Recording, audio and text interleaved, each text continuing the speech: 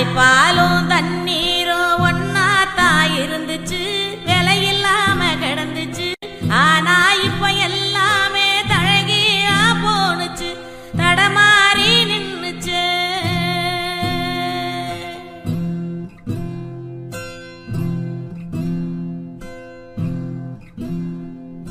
நிலாவுல தண்ணீர் இருக்கான்னு தேடுறோம், ராக்கெட்ட ஏவுறோம், குடிநீர பூமியில வியாபாரம் பண்ணுறோம்.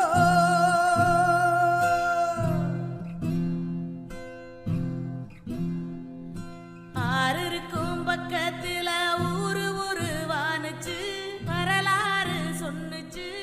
ஊரு மட்டும் இருக்கு